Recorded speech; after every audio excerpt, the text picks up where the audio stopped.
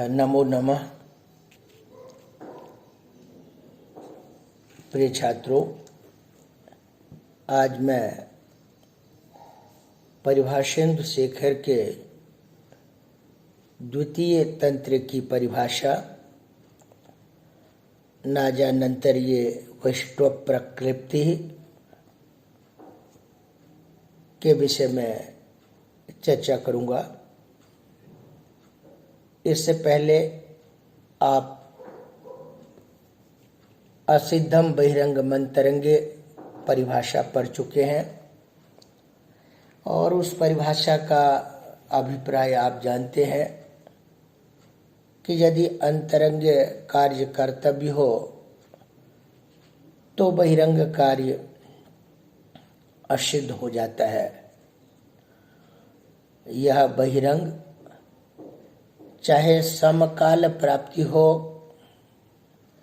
अथवा जात हो, पहले हो चुका हो, या अंतरंग और बहिरंग दोनों की एक साथ प्रवृत्ति हो, दोनों ही स्थिति में अंतरंग शास्त्र की कर्तव्यता में बहिरंग शास्त्र असिद्ध हो जाता है।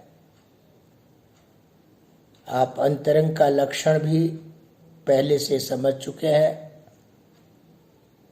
कि जिस शास्त्र के निमित्त समुदाय के अंतर्गत निमित्त हो, जिस शास्त्र का वह शास्त्र अंतरंग कहलाता है, और अंतरंग शास्त्र के निमित्त समुदाय से बहिर्भूत निमित्त जिस शास्त्र का हो वह शास्त्र बहिरंग कहलाता है। और यहाँ पर जो अंग शब्द है वह निमित्त परक है और यह लोक न्याय सिद्ध भी है कि लोक में भी देखा जाता है कि लोग प्रातः उठ करके पहले अपने शरीर का कार्य करते हैं, फिर अपने संबंधियों का कार्य करते हैं, फिर अपने मित्रों का कार्य करते हैं। तो जो जितना अंतरंग होता है उसका कार्य पहले हुआ करता है। परंतु यदि सब जगह हम इस न्याय को अथवा इस परिभाषा को मान लें तो कुछ उदाहरणों में विसंगति हो जाती है। जैसे उदाहरण के तौर पर एक अक्षद्यु शब्द को लें। यहाँ पर अक्षय दिव्यति, इस विग्रह के अनुसार अक्ष शब्द से अक्ष शब्द उपपद में रहने पर दिव धातु से हम क्रीडा अर्थ में जब क्विप प्रत्यय करते हैं तो अक्ष दिव क्विप, यहाँ पर क्विप का सर्वापहार लोप हो जाता है और अक्ष दिव इस स्थिति में उस क्विप को मान करके प्रत्यय लोपे प्रत्यय लक्षणम से जो दिव धातु का व है उसे हम ऊठ कर लेते हैं। क्षो षुडनुनासुके च सूत्र है, वो कहता है छो च छ से युक्त, यानी तुक वाला जो छ और जो व उसको क्रमशः श और ऊठ आदेश हो, अनुनासिक पर में रहने पर या झलादिकित पर में रहने पर यहाँ क्विप प्रत्यय झलादिकित है और प्रत्यय लोपे प्रत्यय लक्षण से उस क्विप प्रत्यय को मानकर जो दिव धातु का व है उसे ऊठ हो जाता है। तो अक्ष दी उ, और इस स्थिति में हम जब इको यण से यण करने के लिए चलते हैं तो यह यण कार्य की अपेक्षा जो ऊठ है वह ऊठ बहिरंग है, क्योंकि यहाँ ऊठ करने का निमित्त तो क्विप प्रत्यय है, जो यण के निमित्त जो ऊ है उससे बाहर है। इसलिए ऊठ चूंकि बहिरंग शास्त्र है, यण अंतरंग शास्त्र है, तो अंतरंग यण शास्त्र के करने पर बहिरंग ऊठ असिद्ध हो जाएगा, फिर तो अक्षद्यु शब्द की सिद्धि नहीं हो सकती है। तो अब क्या उपाय किया जाए, इसी को ध्यान में रखते हुए इस परिभाषा की प्रवृत्ति होती है। आइए सबसे पहले हम इस परिभाषा के अवतरण पर विचार करते हैं। श्रीमान नागेश भट्ट ने इस परिभाषा के अवतरण में लिखा है, नन्वेवम अक्षद्युः इत्यादौ बहिरंगस्य उठो असिद्धत्वात् अंतरंगो यन्न स्यात् अतः नाजानंतर्ये वष्ट्व प्रक्लिप्तिः। जैसा कि कहा, यदि हम अंतरंग परिभाषा को मान लें तो अक्षद्यु में यहाँ बहिरंग उठ के असिद्ध हो जाने पर जो अंतरंग यण है वो तो नहीं हो पाएगा, फिर तो अक्षद्यु शब्द की सिद्धि नहीं हो सकती है। तो कहा नाजानंतर्ये बहिष्व प्रक्लिप्ते है। इस परिभाषा में न एक पद है, अजानंतर्ये दूसरा पद है, बहिष्व तीसरा पद है, प्रक्लिप्ति चौथा पद है। अज आनंतर्य अर्थात अचनिष्ठ आंतर्य के रहने पर या अचनिष्ठ आंतर्य के विषय में, यहाँ आंतर्य का अर्थ है सामीप्य और अचनिष्ठ आंतर्य हो, और आंतर्य में सप्तमी विभक्ति है, इसलिए अर्थ हो जाता है अचनिष्ठ आंतर्य के विषय में बहिष्व। यहाँ बहिष्व शब्द बहिरंग का वाचक है। बहिष अव्यय से भाव अर्थ में तो प्रत्यय होता है, तस्य भावस्त्वतलो, तो बहिषः भावः बहिष्वम। और प्रक्लिप्ति शब्द है प्र उपसर्ग युक्त क्लिप धातु से तीन प्रत्यय भाव अर्थ में करने पर प्रक्लिप्ति बनता है, जिसका अर्थ है प्राप्ति। तो अर्थ होता है अचनिष्ठ आंतर्य विषय में जो यह बहिरंग शास्त्र है, इसकी प्राप्ति नहीं होती है। अब जब अचनिष्ठ आंतर्य कार्य में बहिरंग शास्त्र की प्रवृत्ति नहीं होती है, यदि इस परिभाषा को मान लें तो जो अवतरण में अक्षद्यु कहा गया है वहाँ अच है, ऊठ का ओ, तन्निष्ठ जो आंतर्य है उ अच है, उसमें का जो आंतर्य है उसको निमित्त मान करके इको यणचि सूत्र से जो दी में दकार उत्तरवर्ती इकार को यण कार्य करना हो तो बहिरंग शास्त्र की प्रवृत्ति नहीं होगी। इस स्थिति में जब ऊठ असिद्ध नहीं हो पाएगा तो यण होने में कोई आपत्ति नहीं है और अक्षद्यु पद की सिद्धि हो जाएगी। अब इस परिभाषा में क्या ज्ञापक है, इसकी चर्चा करते हुए लिखते हैं, अत्र शतुको रसिद्ध इति सूत्रस्थ तु ग्रहणम ज्ञापकम। जो शतुको रसिद्ध है, इस सूत्र में जो तुक ग्रहण है यह इस परिभाषा का ज्ञापक है।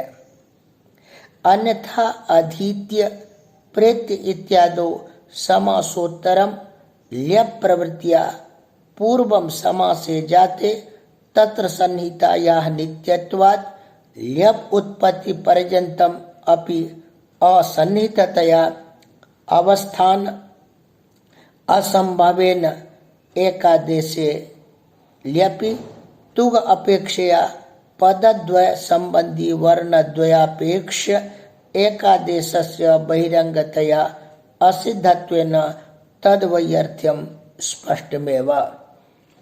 यहाँ दो उदाहरण दिए गए हैं, एक आदित्य है और एक प्रेत्य है।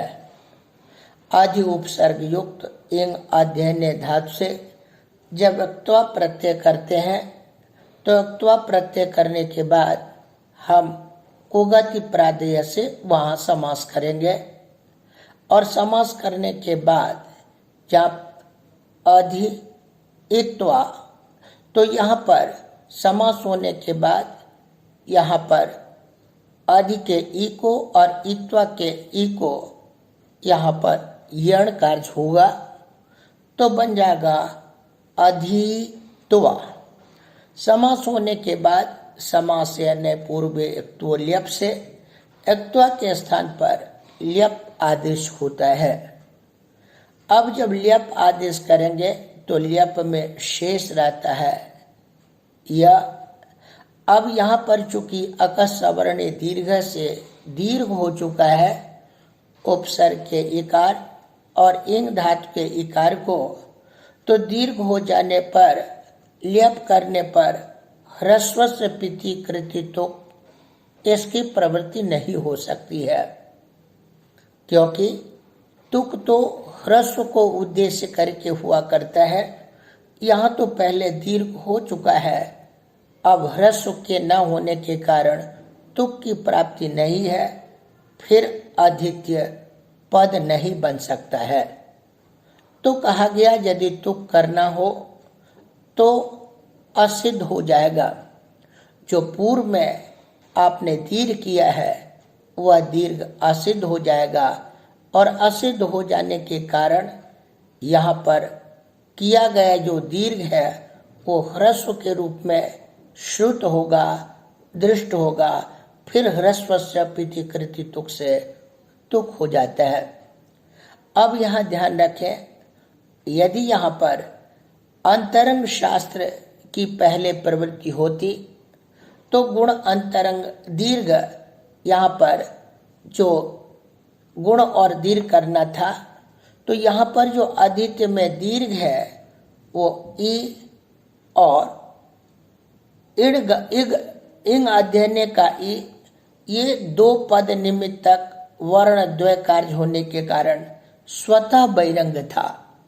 तो जब स्वतः बहिरंग था तो अंतरंग असिद्धम बहिरंगम अंतरंगे इस परिभाषा से ही दीर्घ असिद्ध हो जाता तुक कर्तव्य में, फिर शत तुक और असिद्धा में ये तुक ग्रहण करना तो व्यर्थ ही है।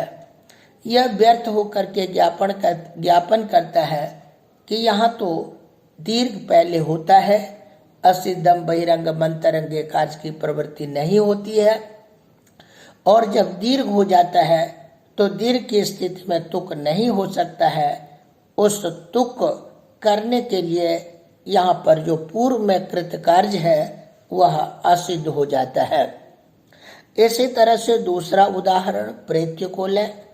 प्र उपसर्ग युक्त इण गतौ धातु से त्वा प्रत्यय करते हैं, प्र इत्वा। यहाँ पर भी हम जब कुगति प्रादेय से समास करेंगे और समास करने के बाद यहाँ पर ल्यप करेंगे। जो ही समास होगा, समास होने पर आद गुण से गुण हो जाएगा। अब गुण होने के बाद जब हम ल्यप करेंगे, ल्यप होने पर भी अब गुण ए के रूप में हो चुका है, जो दीर्घ है। अब यहाँ ह्रस्व से पिति कृति तुक से तुक की प्राप्ति नहीं हो सकती है, तुक का आगम नहीं हो सकता है।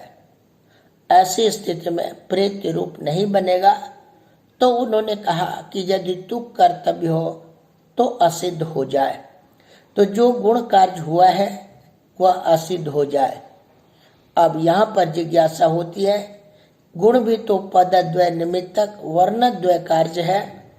एक पद प्र, दूसरा इत्वा, इन दोनों पदों के दो वर्णों में गुण हुआ, तो पदद्वय निमित्तक वर्णद्वय होने के कारण स्वतः बहिरंग था। असिद्धम बहिरंगमन तरंगे परिभाषा से जब स्वतः गुण असिद्ध हो जाता तो यहाँ पर तुक कर्तव्य में यहाँ पर गुण को असिद्ध करना तो व्यर्थ ही है। इससे स्पष्ट होता है कि यहाँ अंतरंग परिभाषा की प्रवृत्ति नहीं होती है, क्योंकि जो पूर्व उदाहरण में आधित्य था वहां पर अच निष्ठ अन्य आंतर्य में दीर्घ रूप कार्य करना था, वहां बहिरंग की प्रवृत्ति नहीं होती, बहिरंग परिभाषा की प्रवृत्ति नहीं होती, इसलिए दीर्घ पहले हो जाता है। और द्वितीय उदाहरण प्रत्यय में भी जो ई अचनिष्ठ अन्य आंतर्य गुण कार्य है उसमें असिद्धम बहिरंगमन तरंगे परिभाषा की प्रवृत्ति न हो पाने के कारण यहाँ पर गुण कार्य पहले हो जाता है। अब ह्रस्व करने के तुक करने के लिए उसे असिद्ध करना आवश्यक था, इसलिए उस सूत्र में ह्रस्व तुको रशीदा में उन्होंने कहा यदि यानी तुक विधि करना हो तो यहाँ पर जो आपने एक आदेश कार्य किया है वह असिद्ध हो जाएगा।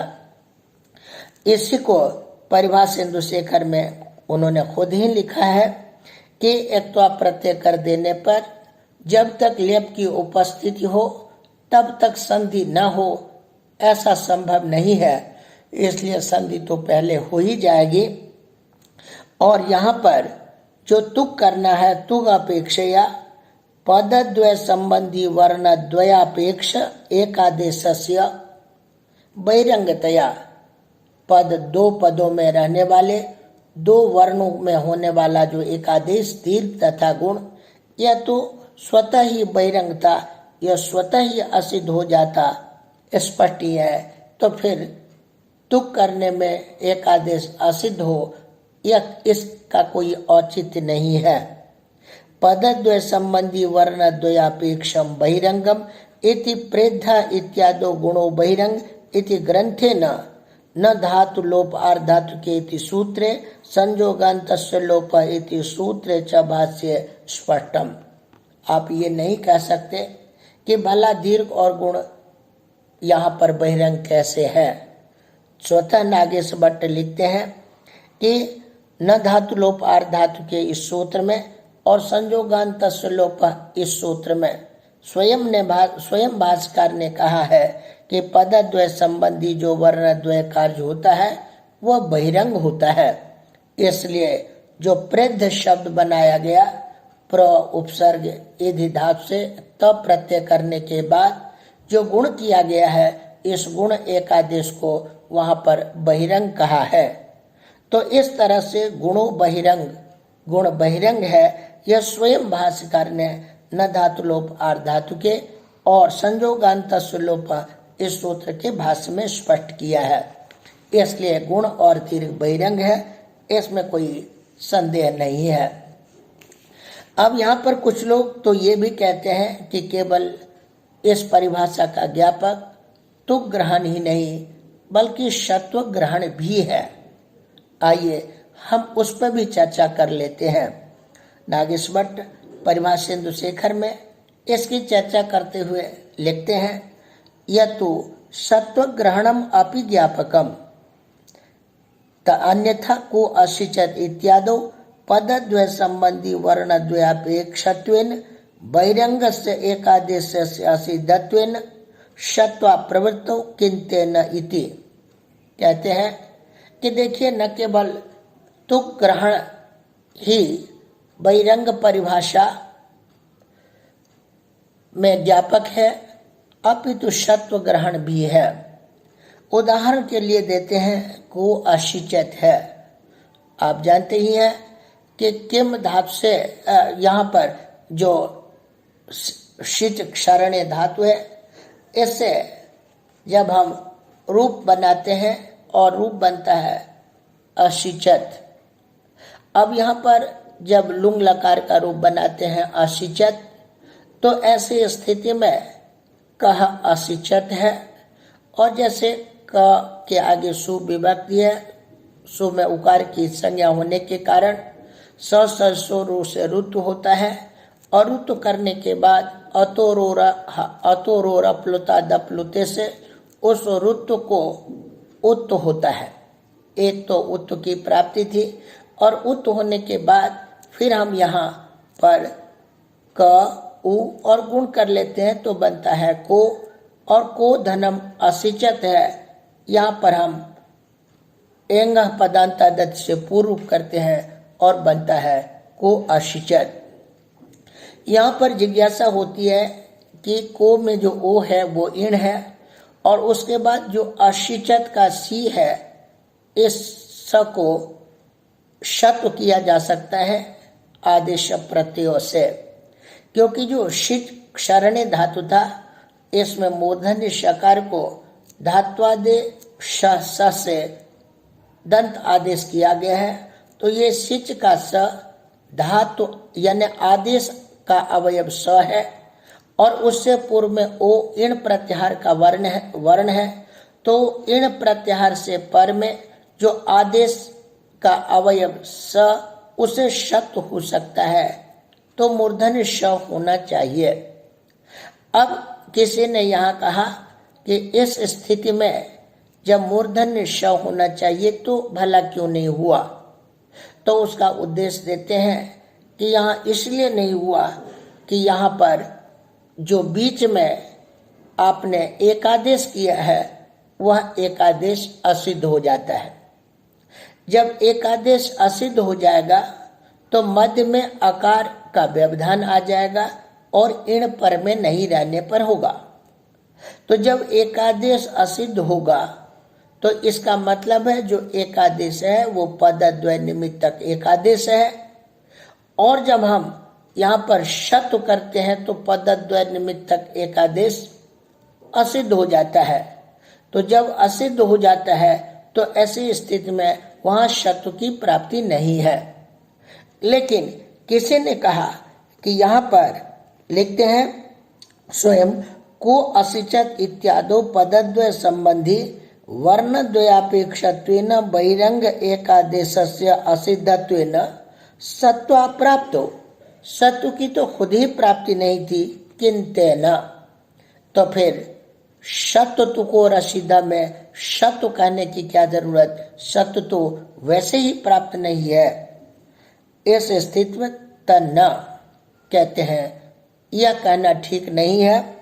इण पूर्व पद संबंधित्वेन सत्स्यापि पदद्वय संबंधी वर्णद्वयापेक्षत्वेन उभयो समत्वात्। कहते हैं यहाँ जो आप कह रहे हैं जैसे पूर्व रूप यहाँ पदद्वय संबंधी कार्य है, और यहाँ जो शत्व है जो आप शत्व करेंगे वो भी पदद्वय निमित्त काम है, क्योंकि पूर्व पद में इण का होना, उत्तर पद में स का होना, तभी यहाँ शत होता है। तो जिस तरह से पूर्व रूप पदद्वय निमित्तक वर्णद्वय वाला कार्य होने के कारण बहिरंग है, शत भी यहाँ पदद्वय निमित्तक वर्णद्वय वाला कार्य होने के कारण दोनों की समानता है। इसलिए यदि बहिरंग माने तो दोनों ही बहिरंग माना जाएगा। इसलिए आप एकादेश जो पूर्व रूप है इसे बहिरंग कहें, और जो शत्व कार्य है इसे अंतरंग कहें, ऐसा मानना उचित नहीं है। इसलिए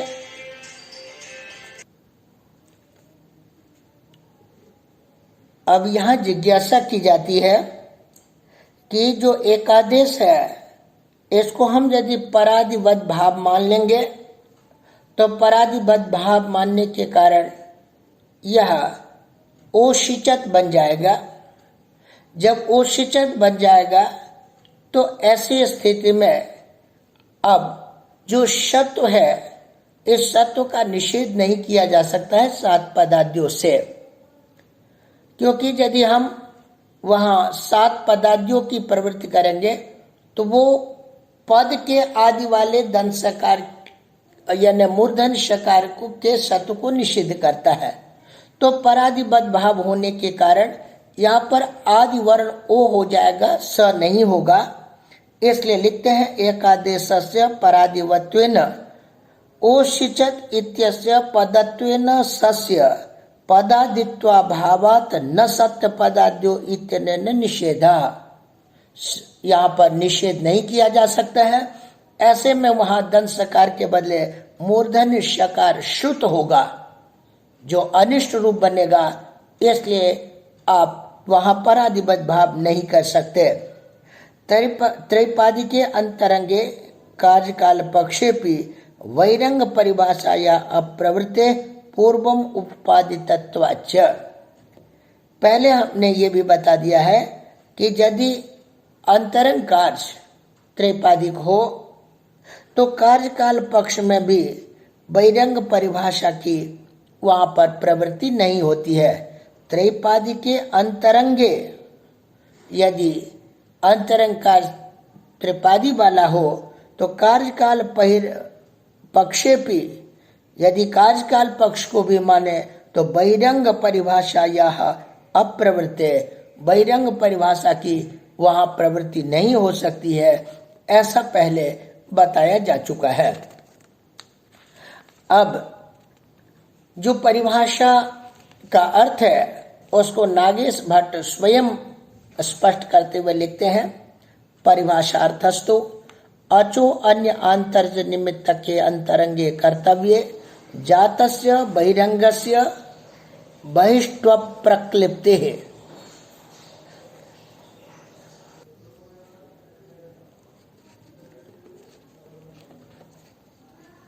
अचो अन्य आंतर्ज निमित्त के, जो अन्य का आंतर्ज निमित्त हो वो अचनिष्ठ हो। तो अचो अन्य आंतर्ज निमित्त के अंतरंगे कर्तव्य, यदि अचनिष्ठ अन्य आंतर्ज निमित्तक अंतरंग कार्य करना हो तो जातस्य बहिरंगस्य, जो बहिरंग पहले हो चुका हो, बहिष्त्व प्रक्लिप्ते, उस बहिष्ट की प्राप्ति नहीं होती है। यहाँ बहिष्त्व का मतलब बहिरंग शास्त्र की प्राप्ति नहीं होती है। स्वयं लिखते हैं बहिष्पदे न बहिरंगम। यहाँ बहिष्पद का अर्थ बहिरंग है। अतस्य भावो बहिष्त्वम, उसके भाव को बहिष्ठ कहेंगे क्योंकि तस्य भावस्त्वत्वलव से यहाँ पर भाव अर्थ में त्व प्रत्यय करेंगे। बहिष्त्व और ष्टुत होने के कारण बहिष्ठ बनेगा। भाव अर्थ वाले त्व का नपुंसक लिंग में प्रयोग होता है त्वांतम क्लेबम, इसलिए बना बहिष्त्वम। तत्प्रयुक्त असिद्धत्वस्य न प्रक्लिप्ति न प्राप्ति। तो तत्प्रयुक्त अर्थात बहिरंग मान करके जो आप असिद्ध की प्राप्ति दिखाना चाहते हैं वो असिद्ध की प्राप्ति नहीं होगी, ये इसका अर्थ है। असिद्धम बहिरंगम इत्युक्त्वा नाजानंतर्जे इति वक्ष्यामि इति भाष्योक्त्या तत्रत्य से अंतरंग इत्यस्य अनुवृत्ति सूचनात् असिद्धम बहिरंगम अंतरंगे, इस परिभाषा को कहने के बाद उन्होंने कहा नाजानंतर्जे इति वक्ष्या, मैं नाजानंतर्ज कहूंगा। इस प्रकार भाष्य के द्वारा कहे जाने के कारण वहां पर जो अंतरंग परिभाषा है उसकी नाजानंतर्जय में अनुवृत्ति आती है। तेन पचावेदम इत्यादो न दोषः, इससे पचावेदम में दोष नहीं है। अब पचावेदम को समझना आवश्यक होगा। पच जो धातु है, इससे जब लोट लकार के मध्यम पुरुष के द्विवचन में वस प्रत्यय लाते हैं तो पच और वश होता है। और चूंकि यहाँ पर लोट लकार है इसलिए यहाँ पर वश की सार्वधातुक संज्ञा होने के बाद कर्तर शब्द से शब्द कर लेते हैं, अनुबंध लोप होकर के पच वश बनता है। और आडुत्तम से पिच्चा से यहाँ पर आठ का आगम होता है। आज चूंकि टित है इसलिए वश प्रत्यय के आदि में आ जाता है, तो पच आवस। अब यहाँ पर अकस वर्ण से दीर्घ कर लेते हैं तो बनता है पचावस, और फिर नित्यंगिता से स का लोप हो जाता है तो बनता है पचाव, और पचाव धनम इदम है, आद गुण से हम गुण कर लेते हैं तो बनता है पचावेदम। जब हमने गुण कर लिया तो बन गया पचावे। ये जो पचावे है चूंकि लोट लकार है और लोट लकार में ए होने के कारण एत ऐसे यहाँ पर ऐ की प्रवृत्ति हुई, तो उन्होंने कहा कि जो ऐ आदेश करेंगे यह ऐ आदेश जो अंतरंग है, अब इस ऐत आदि जो एत ऐ से ऐ करेंगे तो इस के करने पर जो बहिरंग शास्त्र है एक आदेश गुण रूप वह असिद्ध हो जाएगा।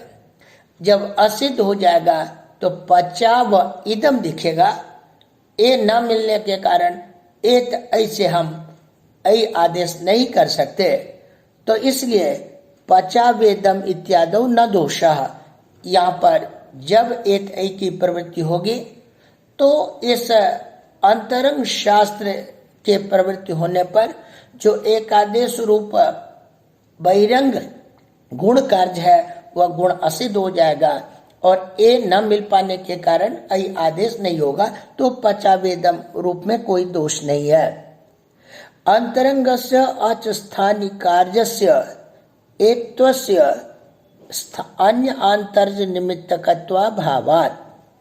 कहते हैं यहाँ पर नाजा नंतर्जे से इस परिभाषा असिदम बहिरंग मंतरंगे परिभाषा को भला क्यों नहीं रोका जा सकता है? तो कहते हैं जो एत ऐ है उसको अन्य आंतर्ज की आवश्यकता ही नहीं है, और नाजा नंतर्जे परिभाषा की प्रवृत्ति तो तब होती है जो अचनिष्ठ अन्य आंतर्ज निमित्तक अंतरंग कार्य करना हो। तो ऐसे में यहाँ पर एत ऐ को अन्य निमित्तक आंतर्ज की आवश्यकता ही नहीं है, इसलिए नाजा नंतर्जे इस परिभाषा की प्रवृत्ति नहीं होती है। असिद्धम बहिरंग मंतरंगे की प्रवृत्ति हो जाती है, इसलिए जब ऐ विधान करना होता है तो पूर्व में जो जात एकादेश गुण है वह असिद्ध हो जाता है।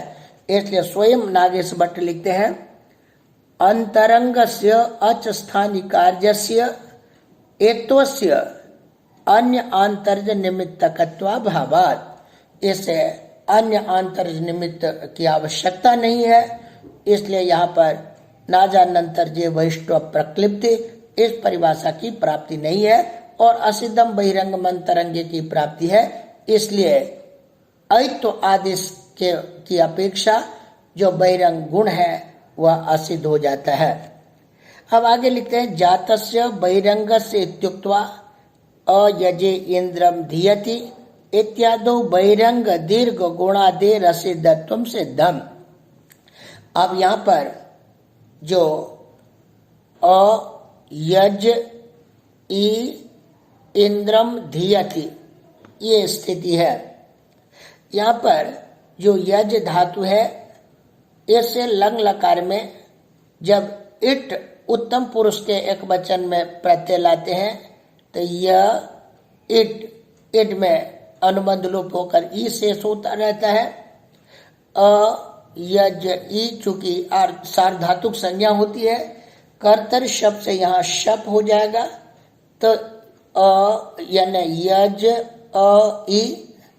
यज ई, और हम लुंग लंग लिंग षोड उदात्त से अट का आगम कर लेंगे, तो अट का आगम हो जाने के कारण यज ई और आग धनम इंद्रम है।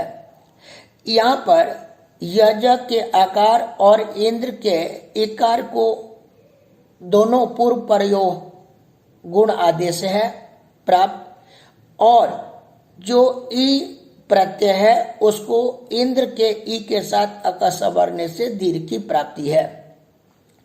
तो एक तो यहाँ पर गुण कार्य की प्राप्ति है और दूसरा दीर्घ कार्य की प्राप्ति है। अब यहाँ जिज्ञासा होती है कि पहले क्या गुण हो या पहले दीर्घ हो।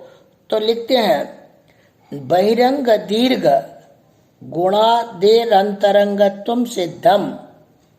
यहाँ पर इस स्थिति में बहिरंग दीर्घ गुणादेह असिद्धत्वम सिद्धम। कहते हैं जो दीर्घ है यहाँ पर बहिरंग है, क्योंकि जो ई प्रत्यय है इसका धातु के साथ संबंध है और इसके बन जाने के बाद दूसरे पद के साथ संबंध हुआ करता है। तो जो प्रत्यय है उसका धातु के साथ अंतरंग संबंध है, इसलिए और अंतरंग होने के कारण यहाँ पर पहले अंतरंग गुण हो जाएगा, फिर जो बहिरंग है दीर्घ उसकी प्राप्ति। तो इस स्थिति में यहाँ पर बहिरंग दीर्घ गुणादेह असिद्धत्वम सिद्धम। बहिरंग जो दीर्घ है वो गुण आदि के द्वारा असिद्ध हो जाएगा। अतएव इण ङी सीनाम आद्गुण सवर्ण दीर्घत्वात्। अब प्रश्न उठता है कि जो पदद्वय निमित्तक वर्णद्वय हो तो वो तो बहिरंग होगा। तो यहाँ पर जो ई और इंद्र है ये पदद्वय निमित्तक वर्णद्वय रूप दीर्घ कार्य है, लेकिन जो यज ई है वो पदद्वय निमित्तक वर्णद्वय नहीं है, बल्कि एक पद निमित्तक वर्णद्वय है, इसलिए ये अंतरंग है, गुण अंतरंग है और दीर्घ जो है वो बहिरंग है। तो ऐसे स्थिति में लिखते हैं इण ङी शीनाम आद्गुण सवर्ण दीर्घत्वात्। कहते हैं इण ङी शी, इनमें यदि गुण करना हो तो वो आद्गुण अंतरंग होता है सवर्ण दीर्घत्वात्, सवर्ण दीर्घ की अपेक्षा। तो इस तरह से क्ष च ङन्त अन्य तरंग लक्षणत्वात् इत्यादि संगच्छते। तो यहाँ पर जो यज धातु और इण प्रत्यय इनका जो किया गया है वह अंतरंग मान करके किया गया है, ये इसकी भी संगति है। अतएव ओमांगोश्च इत्यत्र आंग्रहणम चरितार्थम तर्हि शिव आ इति स्थिते परमपि सवर्ण दीर्घम बाधित्वा धातुपसर्ग कार्यत्वेन अंतरंगत्वाद गुणे वृद्धि बाधनार्थम। अब यहाँ पर कहते हैं जो ओमांगोश्च है इसमें आंग ग्रहण भी चेतार्थ है। उसका उदाहरण देते हैं शिव आ इहि। इस स्थिति में जो शिव है वो संबोधन परक है, आंग उपसर्ग है और इहि इण गतौ धातु के लोट लकार के मध्यम पुरुष का रूप है। तो ऐसी स्थिति में शिव आ यहाँ पर दीर्घ की प्राप्ति है और आ इह में गुण की प्राप्ति है। तो धातु उपसर्गयो कार्यम अंतरंगत्वम, धातु और उपसर्ग में होने वाला जो कार्य है वो अंतरंग होता है, इसलिए दीर्घ की अपेक्षा अंतरंग होने के कारण पहले गुण हो जाता है और जब गुण हो जाएगा तो बन जाएगा शिव एहि। अब जब शिव एहि हो जाए तो यहाँ पर जो वृद्धि है उस वृद्धि को रोक करके यहाँ पर हम ओमांगोष्ठ से परूप करते हैं, इसलिए लिखते हैं यहाँ पर स्थिते परमपि सवर्ण दीर्घम बाधित्वा।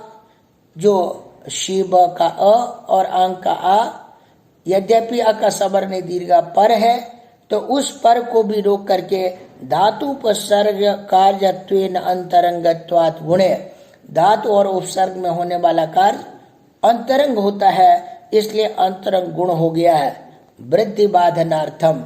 अब जब गुण हो गया है तो बन जाएगा शिव एहि। अब जब शिव एहि है ऐसी स्थिति में वृद्धि रेचि से वृद्धि की प्राप्ति है और उमंगोष्ठ से पर रूप की प्राप्ति है। तो जो वृद्धि रेचि से वृद्धि की प्राप्ति है उसको बांधने के लिए उमंगोष्ठ सूत्र में आंग ग्रहण किया गया है। अब वहां आंग ग्रहण के कारण अंतादिवच्च से जो परादिवत भाव मान करके उस एक को आंग बुद्धि करके यहाँ पर परूप हो करके बन जाता है शिवे ही। तो वृद्धि रेचि को बांधने के लिए यहाँ पर उमंग। अब यहाँ जिज्ञासा की जाती है, कहते न च अक्षद्यु इत्यत्र यणि कृते ऊठो असिद्धत्वात् बलिलोपापत्तिः इति वाच्यम्। अचो अन्य आंतर्ज निमित्त के अंतरंगे कर्तव्ये कृते च तस्मिन् यत् अंतरंगम प्राप्नोति तत्र च कर्तव्ये न सिद्धमिति तदर्थत्वात्। अब कहते हैं आप अंत जो अक्षद्यु है, इस अक्षद्यु में जब आप यण कर भी ले तो कृत्य यणी यण के कर लेने पर भी जो उठ है वो तो उठ असिद्ध हो जाएगा, क्योंकि जो उठ है यहाँ पर निमित्तक होने के कारण उठ असिद्ध है। तो यणि कृत्य यण के करले पर भी उठो असिद्धत्वात्, उठ के असिद्ध हो जाने पर वहां वह दिखेगा। जब वह दिखेगा तो फिर लोपो और बलि से वहां पर लोप की आपत्ति हो जाएगी। उसका उत्तर देते हैं नहीं, ऐसी आपत्ति न दिखाए।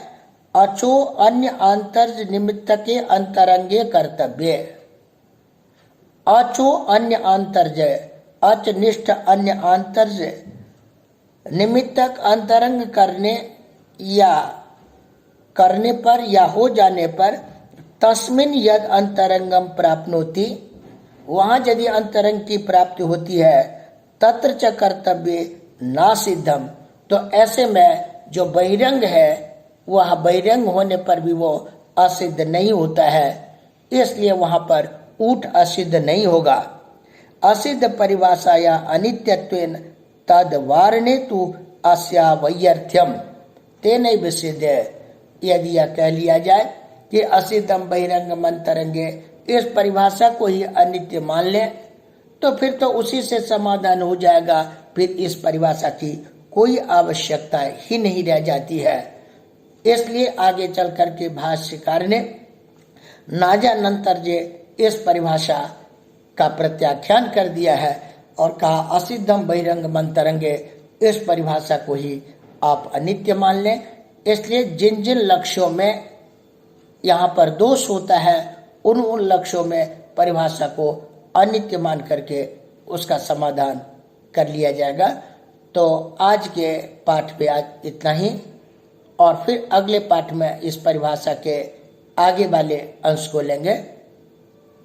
बहुत बहुत धन्यवाद।